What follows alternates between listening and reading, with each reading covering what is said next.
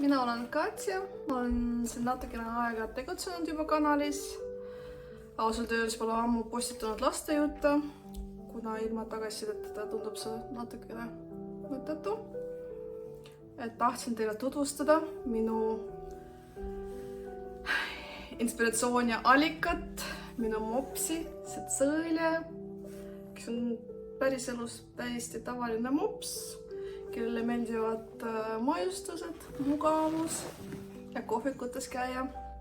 Aga minu lugudes muutub ta targaks, entusiaslikuks, salapäraseks.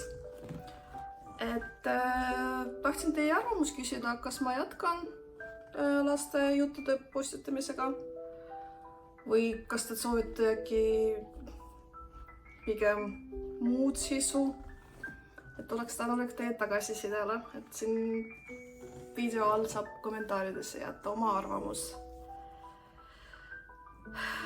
Aga see Tsilu on alati kõrval ja jälgib.